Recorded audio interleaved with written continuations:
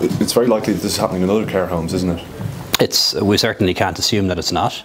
Ars Attracta as a care home is well staffed. The staff are well trained, and it's been inspected many times.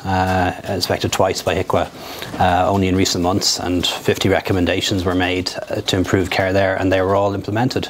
But what was shown up by Primetime Investigates is that even with all of that, abuse can still happen behind closed doors. What can be done about it? I think one thing we can definitely do is undercover inspections, not necessarily filming people without consent, but inspections undercover. And I think over time what we can do, which is important, is to move away from congregated settings, to move away from people living in care homes and moving them into the community. But that's not to say that abuse doesn't also happen behind closed doors in housing estates and apartment buildings. It does, and unfortunately.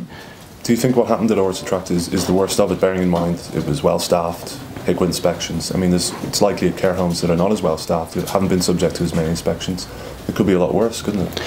Well, it's certainly the worst that I've ever seen, but how can we know for sure unless we carry out more undercover inspections? And I think the fact that the HSE now plans to do that, and we'll see more of that in the future, at least will make people afraid.